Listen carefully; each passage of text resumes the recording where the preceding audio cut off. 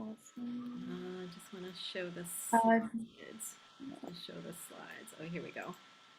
yeah. There we go.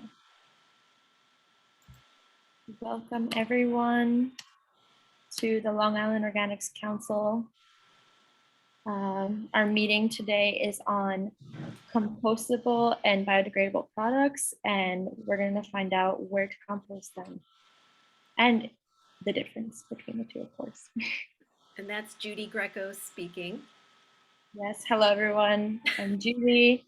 I'm one of the co-founders of the Long Island Organics Council.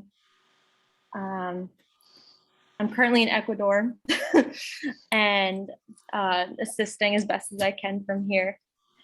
I am here because I actually am starting a coffee company, and it's essentially a zero waste coffee company called Inti Coffee, and we use 100% home compostable packaging, actually, which is great on today's topic. And yeah, I'm actually quite interested in what our speaker is going to present to us. So Great. So this is our agenda. Yeah, do you want to introduce the agenda? Yeah, so we're going to start with everyone's introductions in the chat. If you haven't already, write a little bit about yourself. And if you aren't a normal attendee at our meetings, please put your email for us to add to our database so you can come to future meetings. We always have something interesting on the agenda. Today, we're going to have Rhodes Yepsen presenting on compostable and biodegradable products. We're going to have a Q&A session after his presentation. And after that, we're going to have some updates and events on the New York State Organic Summit and Compost Awareness Week, which will be coming up in May. So welcome back, everyone who has been here before, and welcome to the Long Island Organics Council for those who haven't. If you have any desired topics for future meetings as well, feel free to drop it in the chat if we haven't presented on it yet. This is our steering committee, comprised of myself, Beth Fitteni, Joy Doherty, and Rachel Carpatella. And we're seeking new members. So we're going to make a pitch before the end of the meeting for new folks to join us. We always need more hands on deck. Absolutely. So our mission at the Long Island Organics Council is to build a strong network from across Long Island committed to the sustainable management of non-edible organic materials through all scales of composting, anaerobic digestion, and the beneficial use of compost. Today's speaker will be Rhodes Yepsen. He is the executive director at Biodegradable Products Institute. BPI is the leading certifier of compostable products and packaging in North America. Fries are ready. Sorry. What's that?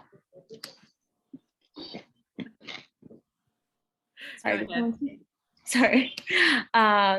It's a nonprofit, and BPI's goal is the scalable diversion of organic waste to composting by verifying that products and packaging will completely break down in a professionally managed composting facility without harming the quality of compost. Yepsen also co-chairs the Compostable Products Task Force at the U.S. Composting Council, where he formerly served on the board of directors. And on that note, welcome Rhodes Yepsen. If you're ready, we can start your presentation, and Beth, you can stop sharing the screen so he can. I think we need to give him permission though. Okay. Hi everyone. Yeah, thanks. While permission gets handed over and I share my screen, I'll note that bio is a little old. There is no Compostable Products Task Force anymore at the USCC, but still very involved with the USCC activities, and trying to find more synergies. We actually just signed a new MOU with the US Composting Council that really expanded our areas of partnership. So a lot of still opportunities for collaboration with the U.S. Composting Council and state chapters, but unfortunately, no longer a Compostable Products Task Force formally. My apologies on that. It's okay. Yeah, so thanks for inviting me to speak with you all today. I've been in the composting industry for about 15 years. I got my start as a journalist at Biocycle magazine, where I did a lot of research on food waste composting and all types of things. The equipment used at composting facilities, surveying residential programs, anaerobic digestion, and compostable packaging.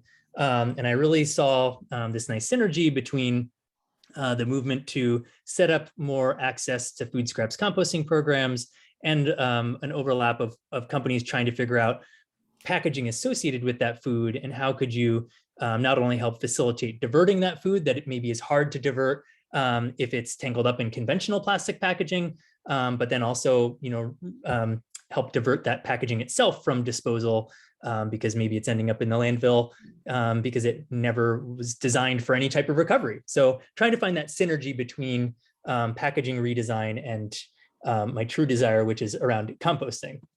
So a little bit about BPI. We've been around since 1999. We're a 501c6 nonprofit, and we're focused on a shift, promoting a shift to the circular economy by promoting sort of three different parts of the life cycle of compostable and biodegradable materials: the production, the use, and the appropriate end of life. And we kind of build those out. That's been in our bylaws since the beginning. And then recently we've built out what we call these three pillars below that mission statement, representing those different sections. So on the production side is sort of the core of our work, which is certification of compostable products. And then on the use end, we're looking at education and awareness around how those products are used in a composting system. And then on the appropriate end of life, we're working on advocacy, looking to expand access to composting and successful diversion of compostable products. And so really, like I said, I think luckily BPI already had some of this focus, but I really bring with me this desire to have a connection between food scraps packaging and the food diversion themselves. So really the way that we're trying to look at this is how do we make sure that when we're redesigning for compostability, that packaging becomes a driver for something bigger than packaging itself, right? That we start to look at climate resilience and regenerative agriculture. And maybe no surprise, since your council focuses on composting, but there's a huge need here, right? When we look at food waste and loss, it would be the third largest greenhouse gas emitter in the world after China and the US. So a huge climate solution behind reducing food waste and diverting food waste from landfills. And the US is not unique. Country after country, food is the #1 material that's being sent to landfills. Even in states that have really robust composting programs, it still tends to be up there close to #1. You'll note that there are a lot of other materials in the MSW stream that are still being landfilled. When you add them all up for organic materials, you're pushing closer to 50% when you add in the woody materials, yard trimmings, and some paper materials. And again, a lot of the things that that make diverting food waste difficult are the fact that post-consumer food scraps are oftentimes tangled up in packaging that is a contaminant to compost. Unfortunately, while we have a lot of composting facilities in the US, the majority of them do not accept food scraps. And the majority of the ones that accept food scraps are not taking packaging today. So we have a lot of work ahead of us collectively, both to get food out of landfills and to figure out this role that compostable packaging can play in certain cases to facilitate that diversion.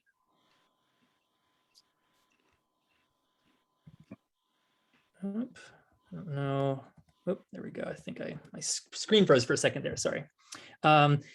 So the facility number is one facet of infrastructure. The other one is curbside access. So going back to my Biocycle days, you can see that's a Biocycle stat. This one is also, we also are looking at, well, besides the number of composting facilities taking food and packaging, where do we have access, both in terms of curbside collection for food scraps and drop-off programs, which New York city it probably leads the nation in terms of its drop-off programs. There are really robust network of drop-off municipally spearheaded drop-off programs with community partners. And so the number is growing significantly every year, with number of communities offering some type of access to food scraps composting, but it's still a pretty small percentage of our population.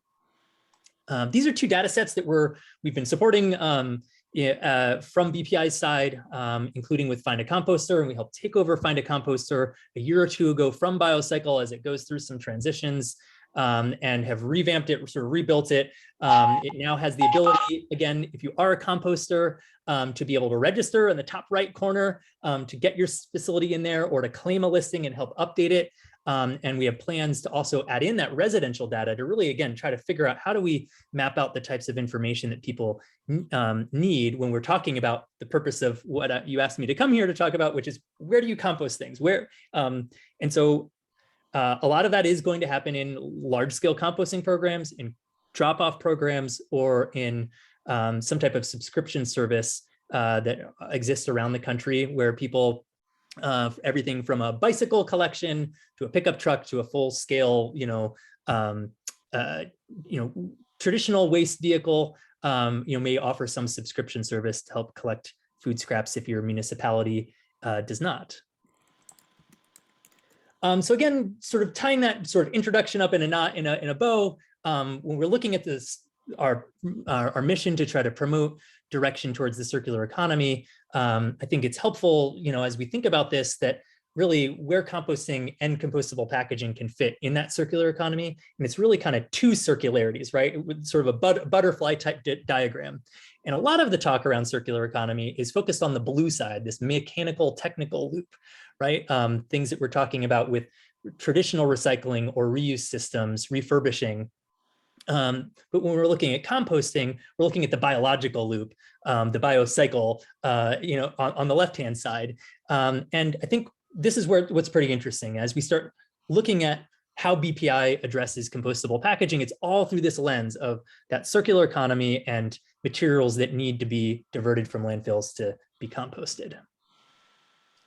So first, I know one of the questions that comes up a lot is biodegradable versus compostable. Biodegradable is right smack in our name. It's actually why we oftentimes go by our initials, our acronym, rather than our full name. It's a very confusing term. It's not scientifically inaccurate. Biodegradability just needs to be defined by an environment and a time frame, such as commercial scale compostability. So in North America, that means ASTM D6400 and D6868, which are pass-fail criteria for compostability that I'll get into. And in fact, because biodegradability needs to be defined by the environment and the time frame, several states have actually banned the term biodegradable for marketing purposes, like California, Maryland, and Washington, Minnesota for bags. So the proper terminology when we're really looking at packaging to be potentially composted with food scraps is certified compostable, not biodegradable. There are a lot of great resources on this from the US Composting Council. They just updated a couple documents over the summer last year that are on their website under feedstocks, or when you get this presentation afterwards, you can click that link. And so this kind of all sets the stage for, when we look at this connection to food scraps, eligibility criteria. So before we even let things in the door at BPI for certification, we want to make sure that they fit within the right usage, right? So this like use and end of life scenario before we get to the technical requirements. So the item must be associated with feedstocks that composters collect, like food scraps and yard trimmings. We're not going to compost something that's electronics packaging or that's associated with a material that composters are not, that doesn't fit into that biological loop of the circular economy. It also can't be a redesign of something that's a better fit for recycling. Now, I get that that's a challenging one. That's, depends on where you live, what's recycled or not. But we're looking for like the big categories here, the things like water bottles that have fairly high recycling rates in most places. We don't want to confuse consumers. We don't want to mess with the recycling stream. So we won't certify those items. It also can't require disassembly in order to be composted because people are probably not going to disassemble it. That would lead to contamination. Finally, it must display the BPI certification mark. We're trying really hard to support state efforts for better labeling. We don't want things that are completely unmarked where no one can tell that it's actually compostable. I won't go into this. This is a resource on our website, but we kind of explain, have a lot of resources for manufacturers and brand owners and restaurants who are trying to get into our certification program, the different ways you could display a certification mark, whether it's on a cup, a box, or even a small format item like a compostable coffee pod.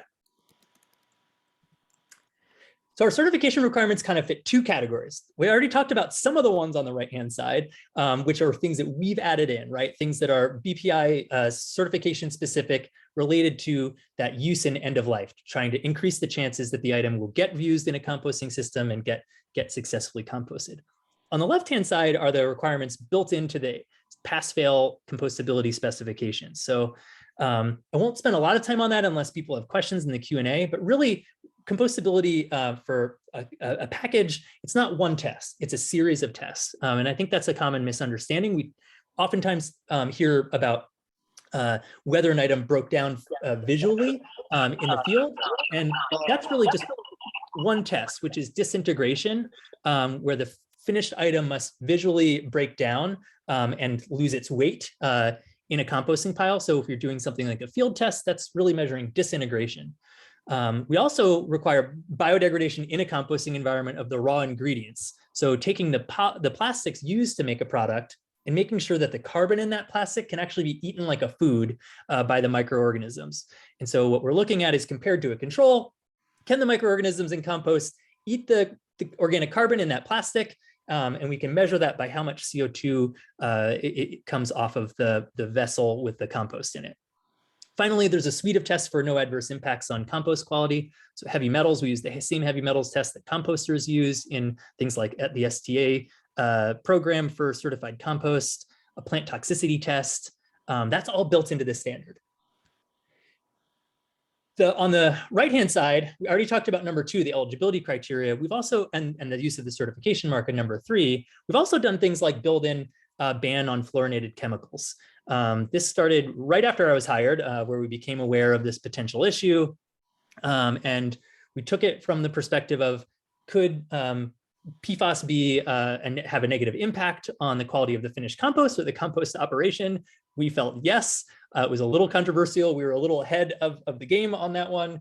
And it was luckily just a small number of products, not compostable plastics packaging, but uncoated molded fiber products that were using that as a grease barrier rather than a bioplastic for a grease barrier.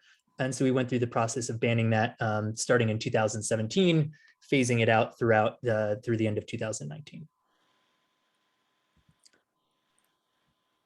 So the question of home compostable versus commercial industrial. I know this is a big one. And today, BPI and other certifiers are only certifying to commercial and industrial composting.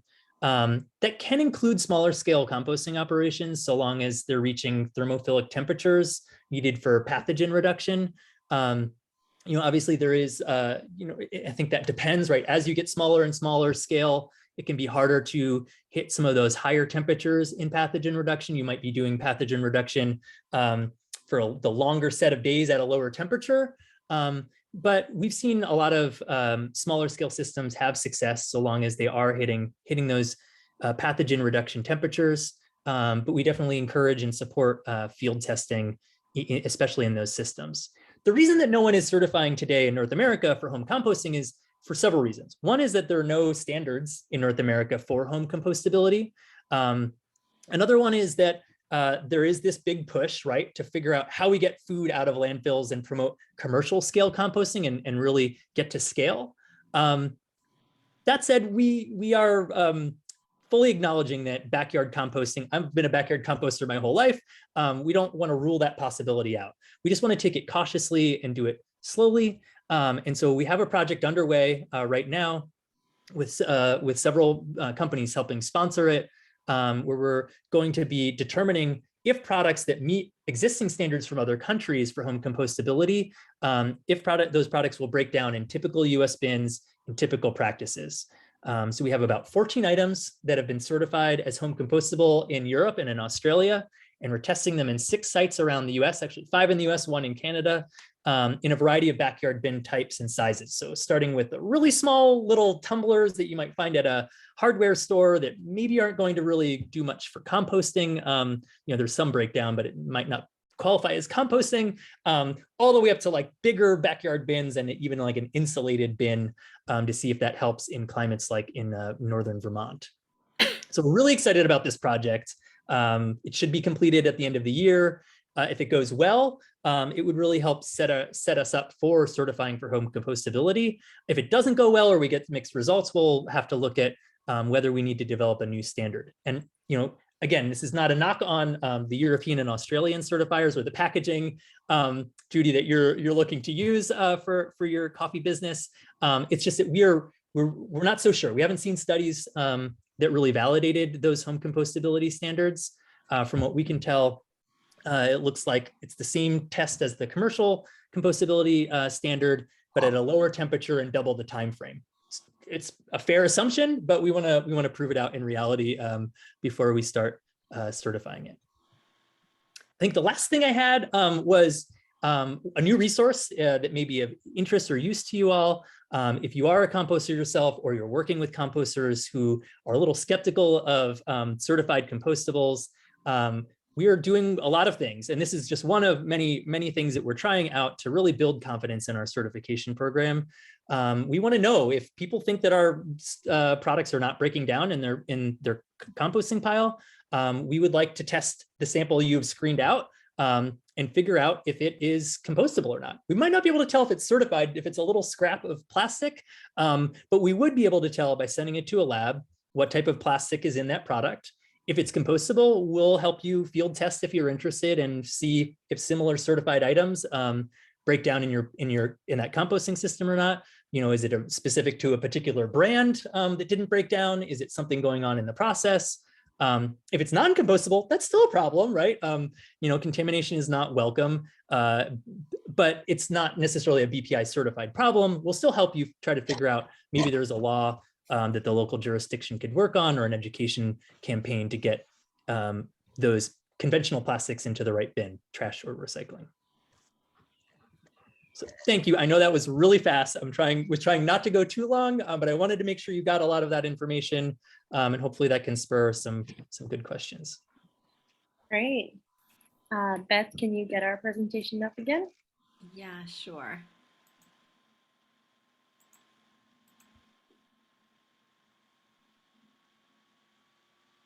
Oops, let's see. Okay, seeing my messy desktop. Great, so we're ready for Q&A. Wow, that was great. Yes, excellent. Actually, you know what, for this, maybe we can take it down. Sorry, I can see everyone all on one screen. Elaine Elaine has her hand up. Is the first with her hand up. I'm wondering, how many products are currently labeled compostable in the United States? And what are they? Yes. So I can speak best of the items that we've certified. For sure, there are compostable products that have not been certified by us that are also labeled as such. But within our database online, our public catalog, which is keyword searchable, so you can look up whether the item you're holding or intending to buy is certified by us or not. We have 14,000 items in our database. Now, before you think that that's like a crazy large number, that includes also the raw materials. So we certify starting with the raw resins or base paper substrates, things like that. People who've converted an item converted a resin into a package, as well as the thing that you're actually seeing on the shelf. So if I had to guess how many of those 14,000 items are actually available on a shelf or being used by a restaurant, it's probably more like 1,000 or 2,000 items. And what those range, right, for things that we cover, they're only items that are associated with food or yard trimming. So think of food service packaging that a restaurant would use for a to-go operation, a food scraps bag that you would use in your kitchen, to line a little 2 or 3 gallon pail, or a larger bag if you're a restaurant to line a Slim Jim or a container in the back for pre-consumer food. We're starting to see more packaging, but not a lot. So for instance, if you remember the noisy Sun Chips bag from about 10 years ago, it's coming back. There's a less noisy version of it that's on Whole Foods shelves starting a few months ago in the brand Off the Eaten Path, which is a Pepsi Frito-Lay product, and it's certified. So they're trying to figure out, I think, test out whether compostability makes sense for flexible food packaging versus recycling. There's some coffee pods. So I showed that picture. That's another one where it's mostly coffee. 95% of the weight of that item is coffee, which is a good feedstock for composting. So I don't know if that helps. Next, I think we have Karen for a question. Let me unmute myself. Hi, Rhodes. I have about 3 questions, but I'm only going to ask one, and then because I don't want to hog the time. Talking about hogs, though, I did have a pig that was the best composter in the world. Within a day or two, he'd have all of his waste composted in a muddy area. But so we could look into certification possibly. No. All right. Okay, so I wanted to ask, do you work in New York State? I'm sorry, I missed that in the beginning. You didn't miss it. I didn't say. We're a totally remote organization. So I live in New Jersey. We do have actually 3 employees in New York, but we're located all over the US. We don't have our mailing address is a forwarding address in Manhattan. It's at a UPS store. So yeah, we're based all over. Okay, good. Well, in New York State now, we have the food scraps law, and there are requirements that if you generate so much, you have to get it to a facility if it's within 25 miles or 15, I forget. And we don't have any on Long Island, or we have such a small. So this is my question. If we identified some very fortuitous locations and actually found funding, is this something that you might come and kind of help us with the infrastructure of setting up opportunities for people to, set up small to medium, even large compost for food scraps? Yeah, it's not something that our organization would be able to spearhead and lead. We'd be happy to help identify partners for a meeting like that and see who would be interested. And so we would be happy to help wrangle people and participate in a meeting like that, but we wouldn't set up a composting facility ourselves or help with the logistics of that. But I think we would be more than happy to, yes, hear about interest in where facilities would go and what partners might help support that, and composting entities maybe who would be interested in doing that. There are a couple composters that really have spearheaded their business model of public-private partnerships. So that's one model. So if there's a yard trimmings composting facility, that can be a good opportunity. There are 4,000 yard trimmings facilities. So finding a municipality that's interested, that maybe has that good geographic location to take advantage of the New York law, the location law, which is a great one that a bunch of Northeast states have passed. And then you could find a public-private partnership. So for instance, We Care Denali already does that in New York State in a bunch of facilities. So the Staten Island composting facility that services a lot of New York City for food scraps is owned by DSNY, by the city, I believe, but then is operated by We Care Denali. And then they do that for some biosolids composting operations in upstate New York. So their headquarters might be in New York State. So they could be an interesting partner. Oh, okay, great. Could I ask one other question? Do you have any position or info or knowledge about anaerobic digesters in terms of, taking food scraps that don't go back in a kind of cyclical way, but go? Yeah, I think anaerobic digestion makes a lot of sense. Our general position is that it's best in concert with composting. So again, I'm a composting advocate. So I would say, for compostable, whether it's definitely better for compostable packaging if you have an ability to compost the digestate afterwards aerobically. I would say it's also just better environmentally. You're going to get a much higher quality finished product, in my opinion. And so, yes, we've seen, that's still fairly new in the US and North America. Most of the digesters are on-farm digesters, handling manures. And if they're taking food, they tend to be industrial food waste. So think of like whey from a cheese or yogurt factory, or food scraps that can be easily turned into a pumpable material to pump into a system. There are digesters that are better set up to handle curbside organics, post-consumer organics mixed with yard trimmings. And those are called dry systems or high solid systems. And those are well suited because the material doesn't have to be pumpable. It looks a lot like an in-vessel composting operation. It's just without the air. And it can handle, yes, a less homogeneous material, and you're able to take that more easily and compost it afterwards and screen out contaminants, versus the wet systems or low solid systems used for on-farm digesters that, it works for, again, like pumpable food scraps. Some people are trying to push curbside organics in it, like Toronto. Personally, I don't think that works that well. You end up screening out a huge amount of stuff, like 30, I think Toronto's residual rate is like 30 or 40% of what they collect in the organics bin gets screened out. Thank you. Great. I think we have David next. Oh, great. Hello. David Sayer. I'm a volunteer with Beyond Plastics. And I've got several questions to you, but the main one is really about availability of commercial industrial facilities, because I have in my mind that there is, a perfect equation where if you do have the right product, it's certified, it's got a bio, stock, and it doesn't have PFAS in it, that you could take it, you could find a commercial/industrial facility and compost it. But is that happening anywhere? Because I've looked at maps, I've looked for composter. I'm in New York State, and that term, and I'm glad you have the slash in there, commercial/industrial. I don't know if they're the same thing, if one's just scale and one has different, you mentioned higher temperatures. I'm not convinced that these facilities exist.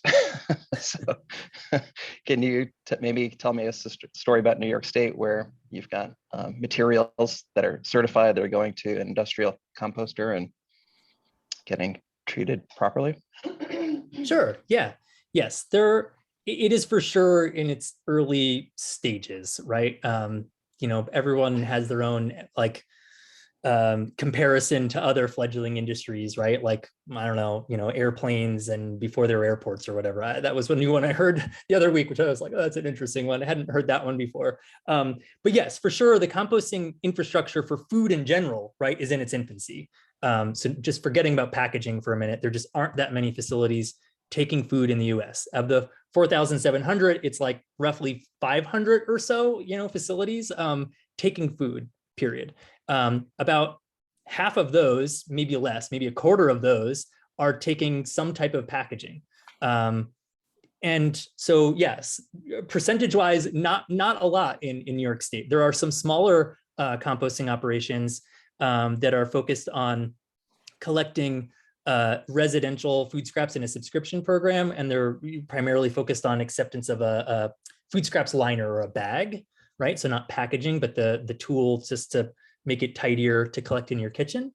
So that's probably the most common item that's going to be accepted in a facility that's taking food scraps in New York. I would say most facilities taking food scraps in New York would probably be accepting those food scraps bags. But it's right, like the We Care Denali site on Staten Island at the Fresh Kills landfill. I mean, officially they take packaging. They take compostable packaging. There are a lot of there are businesses above a certain size in New York City that have to participate in the food scrap composting program, and they're allowed to use compostable packaging. The problem is that a lot of that material, most of that material is going through a depackaging equipment at Staten Island, and so it's pulling out contamination along with compostables. There are some smaller counties. I'm trying to think upstate, Ulster County. I have to follow up and give you the right names. There are a couple smaller counties that do have food scrap composting programs where they're taking some compostable packaging. But yeah, they're not a huge number. Gotcha. That's illuminating.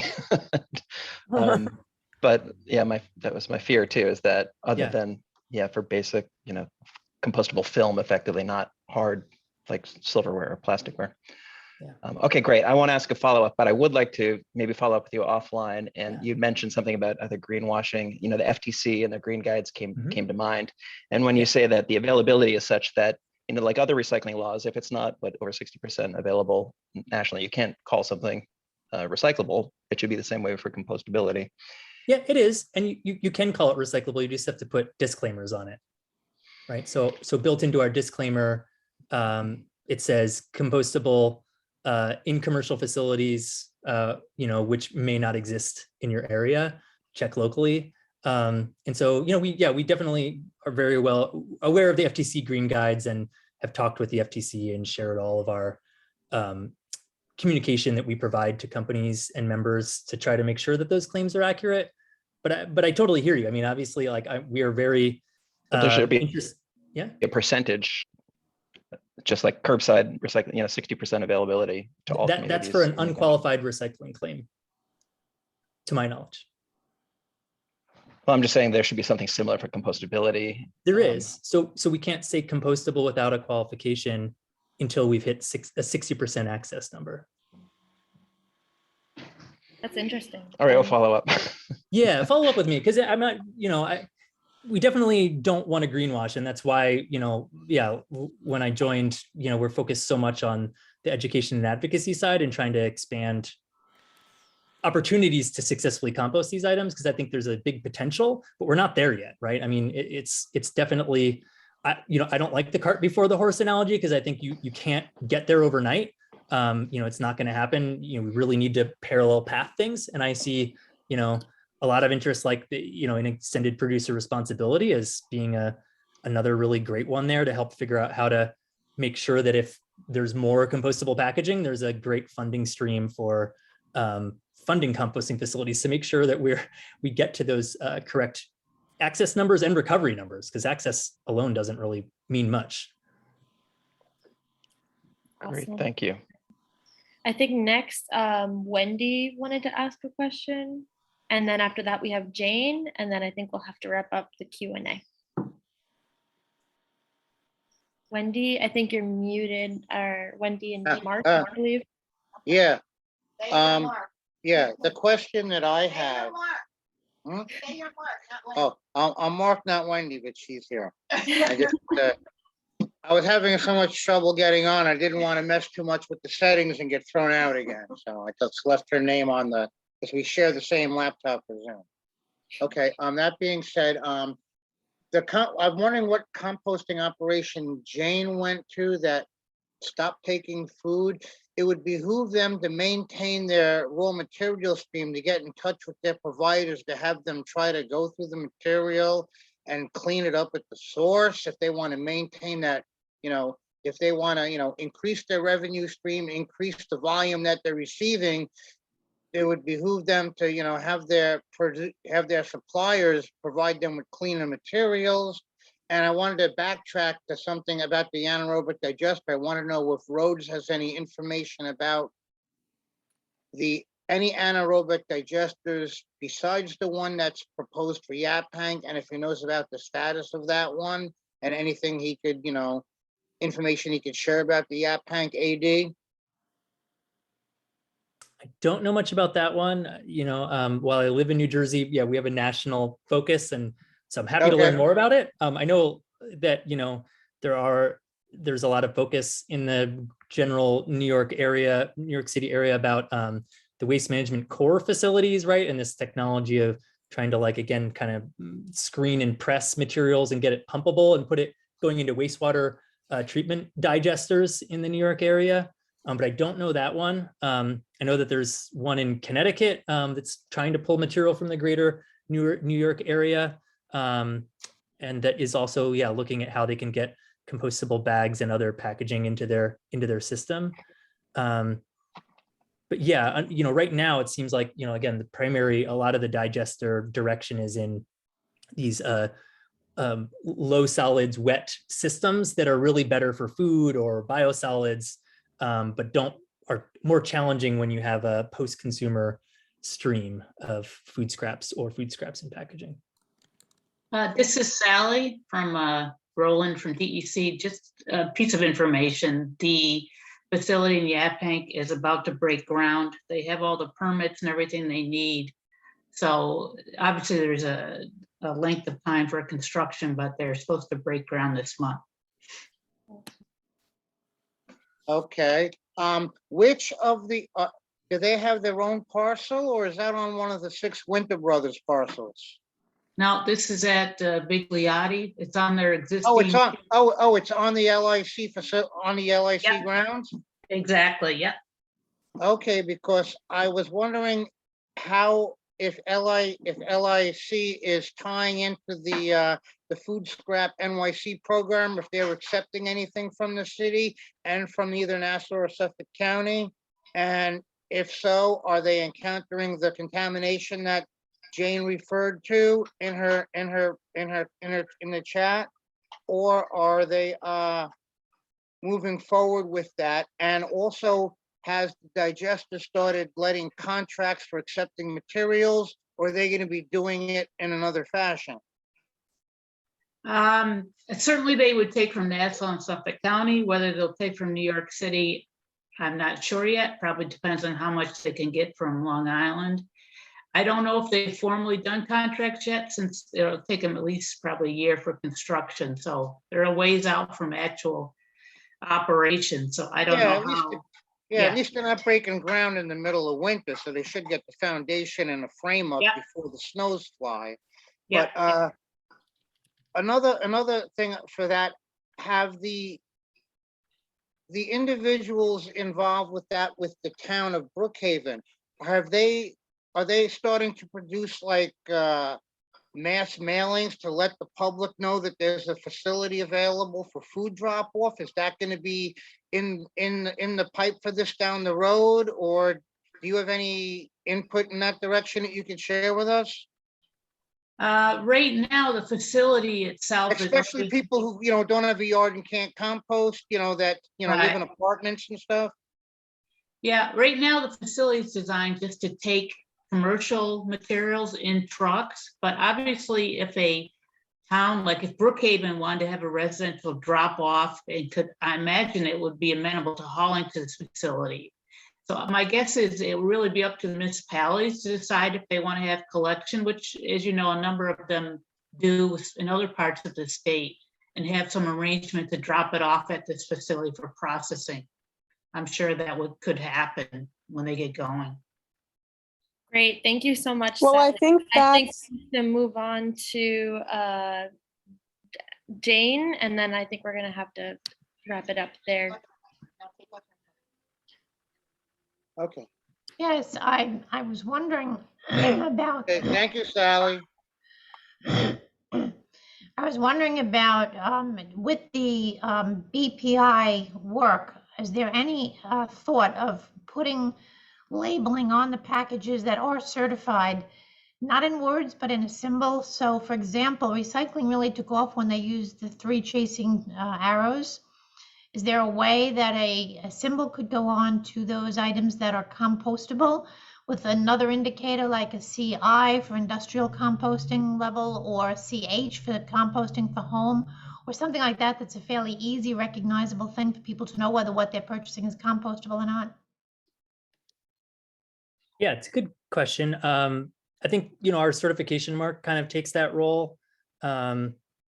The resin ID system with the chasing arrows has a lot of problems. Sure, it's because too many things, yeah. It's fraught with a lot of problems. In fact, California is moving away from allowing the chasing arrows because it implies recyclability even when the item isn't recyclable. Right.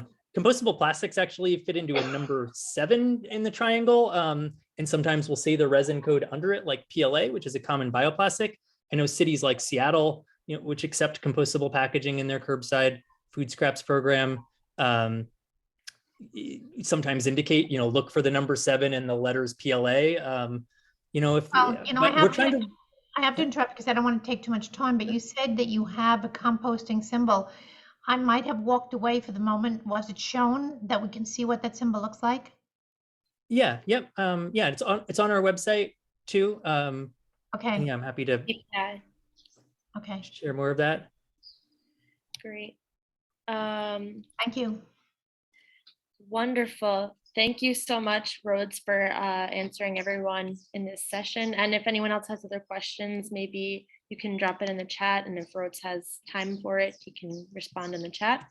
I think from here, we're going to move on to the rest of our slides and provide you updates from the Organic Summit. Beth, you can take it away.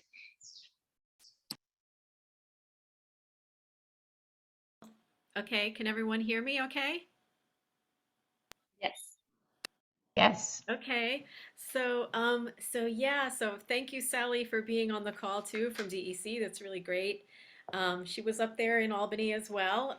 Last week, I had the chance to go up to the New York State Organic Summit that was held by NYSAR, the New York State Association of Reduce, Reuse, Recycle.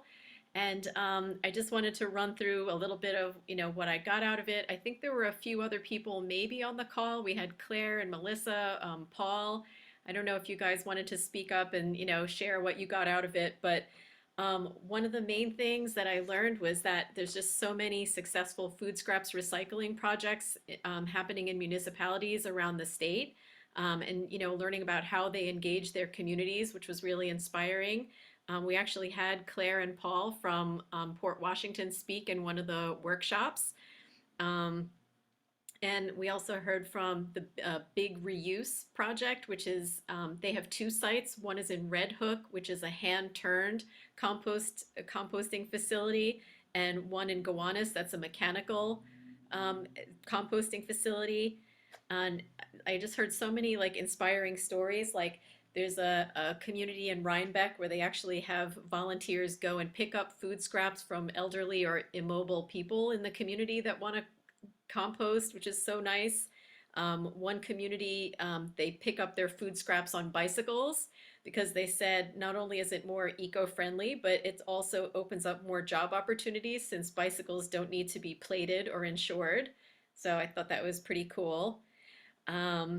The town of Tustin, which I had never heard of, upstate New York, they installed a small scale anaerobic digester, and it's called a horse, and it can process up to 2 tons per month, or about 25 or 24 tons per year.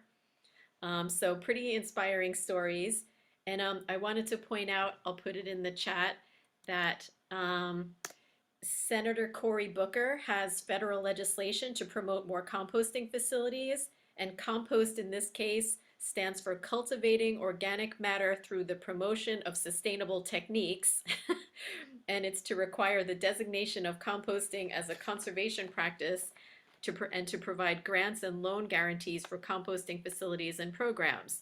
So I put the bill number in the chat, so please do support that. We need as much, legislation that was, it's always very helpful to have grant opportunities.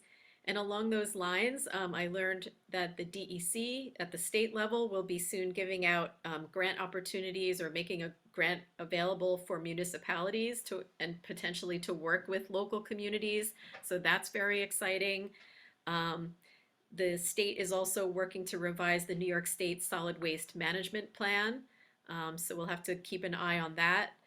The DEC and the New York State Pollution Prevention Institute, they both maintain maps of commercial composting facilities. So this was great too, like just hearing about all the different resources that are out there. Like I learned that our state universities are studying alternative packaging, so that's happening. There's so many different organizations doing wonderful stuff. Like there's the US Composting Council, there's an International Compost Alliance, there's the Solid Waste Association of America called SWANA.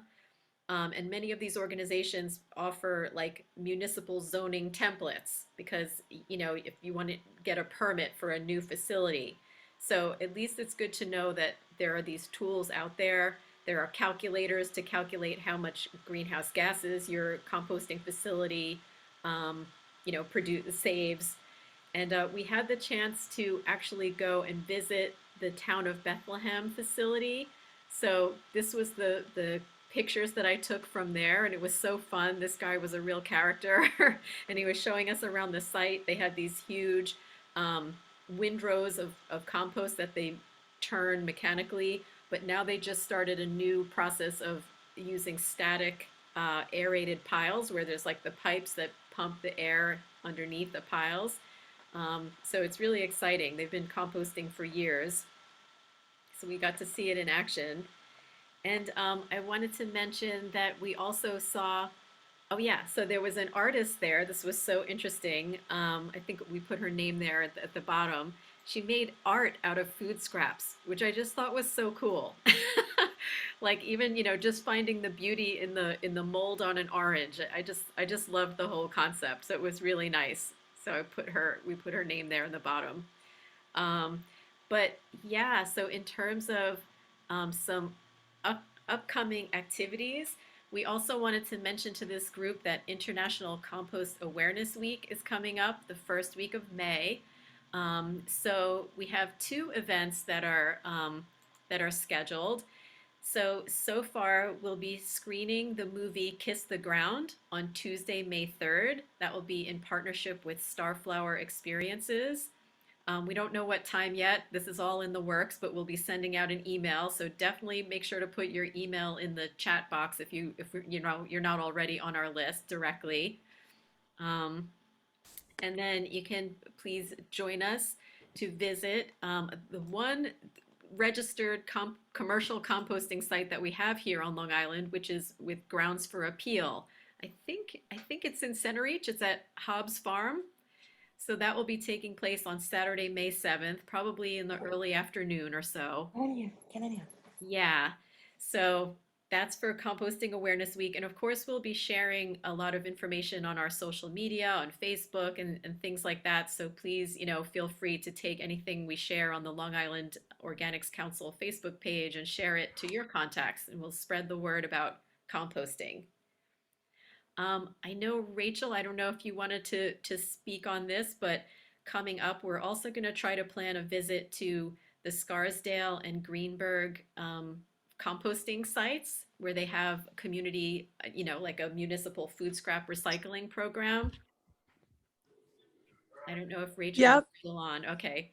Yeah, that's right. We're in coordination with our friends in Westchester who have established food scrap recycling drop-off sites in collaboration with their municipal leadership.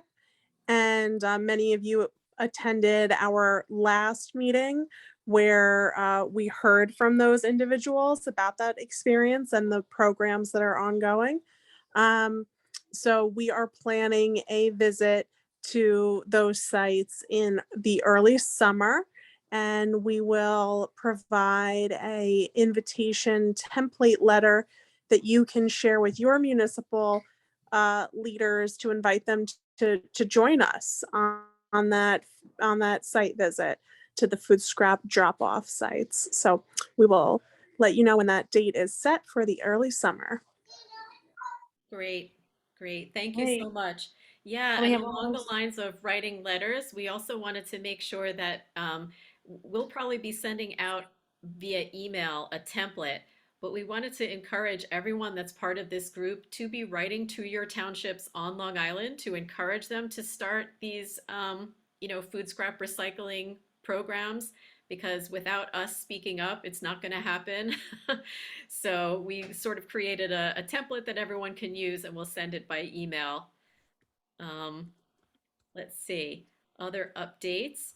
So one of our members, Joy, on our steering committee, she was telling us all to check out this awesome podcast on community composting by Charlie Pioli for weekly inspiration about composting. Again, we mentioned earlier that there is a new plan to turn food waste into energy via this new anaerobic digestion program this project that's been in the works for years, and there was an article about it in Newsday. I'm holding it up to the camera, hopefully you can see. So that was just in the newspaper a few days ago. And of course, we always need help with more of, keeping Long Island Organics Council going, to keep these meetings interesting and pertinent. And, we want to hear from people about topics. So if you're interested in joining the steering committee, please let us know. We just, meet once or twice between meetings to make sure we're planning something that's useful and interesting. Yes, please. If anyone's interested, send us a message in the chat or send us an email, and we would love to have you. And I think the next slide, yep. Join us for Compost Week in May. Look out for our updates, and then our next meeting will be June 8th. So please save the date. Yay. I think this Before the meeting started, Joy was mentioning also that we'd love to bring a master composting class to Long Island. We don't have that yet. So that's something great. else we may be working on. Good idea. Excellent. Thank you. Thank you, everyone. And Very thank you so nice. much, Rhodes, for presenting at our meeting today. We loved having you. Thank you, Rhodes. Yeah, thank you for having me. Thank you so much. And thanks, Excellent. everyone. We'll hopefully see you all at our meeting in June. Okay. Thank you. Thanks, Thank you. everyone. Bye. Bye. Bye. Rhodes will probably be following up with questions. Okay. Yeah, sounds good. Thank you.